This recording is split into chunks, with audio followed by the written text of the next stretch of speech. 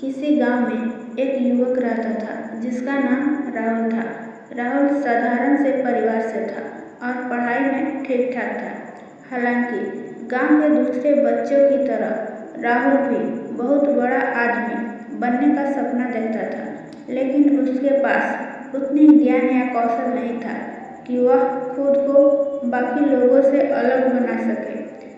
उसे अक्सर लोग कहते थे कि उसकी सोचने समझने की क्षमता बहुत सामान्य है और वो ज़्यादा आगे नहीं बढ़ सकता। राहुल के अंदर एक अद्भुत जिज्ञासा थी।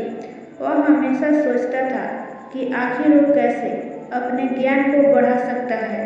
एक दिन उसके गांव में एक बुजुर्ग व्यक्ति आए जो बहुत ज्ञानी माने जाते थे। उनका नाम आदित्य देव था।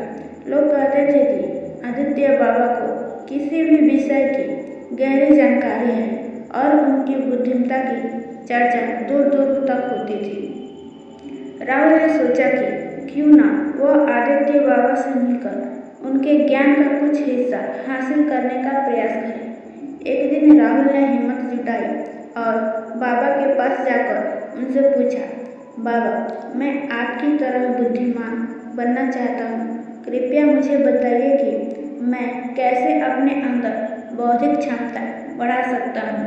आदित्य बाबा मुस्कुराए और बोले, बेटा, बुद्धिमान बनने का कोई शॉर्टकट नहीं होता, लेकिन एक तरीका है जिससे तुम अपनी समझ को बढ़ा सकते हो। हर दिन नया सीखो और जो भी सीखते हो उसे अपनी जिंदगी में उतारो। राहुल ने उनसे कहा, लेकिन बाबा, मैं कैसे और कहाँ से सीखूं? बाबा ने समझाया, बुद्धिमान बनने के लिए 3 प्रमुख तरीके हैं। पहला, अच्छी किताबें पढ़ो। किताबें तुम्हें उस ज्ञान से परिचित कराती है जो वर्षों में लोगों ने हासिल नहीं किया। आदित्य बाबा मुस्कुराए और बोले, बेटा, बुद्धिमान बनने का कोई शॉर्टकट तरीका नहीं होता है, लेकिन एक तरीका है जिससे तुम अपनी समझ को बढ़ा सकते हो। हर दिन नया सीखो और जो भी सीखते हो उसे अपनी जिंदगी में उतारो। राहुल ने उनसे कहा, लेकिन मैं कैसे और कहाँ से सीखूं? बाबा ने समझाया, बुद्धिमान बनने के लिए 3 प्रमुख तरीके हैं। पहला, अच्छी किताबें पढ़ो। किताबें तुम्हें उस ज्ञान से परिचित कराती है जो वर्षों में लोगों ने हासिल किया है। दूसरा, अपने से बड़े और अनुभवी लोगों के साथ संवाद करो। उनसे उनकी जिंदगी के अनुभव सुनो और समझो।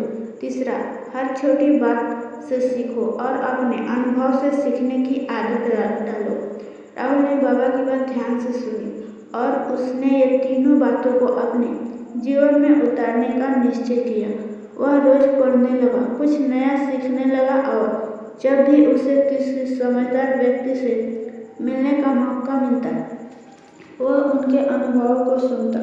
धीरे धीरे राहुल के अंदर गजब का आत्मविश्वास आने लगा। उसकी सोचने समझने की क्षमता बढ़ने लगी और गांव के लोग भी उसकी तारीफ करने लगे। अब वे राहुल को एक प्रेरणा मानने लगे। कुछ सालों बाद राहुल अपने ज्ञान और समझ से इतना सक्षम बन गया कि उसे अपने गांव के विकास में अहम योगदान किया। लोग उसे एक बुद्धिमान व्यक्ति के रूप में देखने लगे और उसके पास सलाह लेने आने लगे। इस कहानी से यही सीखने को मिलता है कि बुद्धिमान बनने का रास्ता निरंतर सीखने और अनुभव से गुजरता है।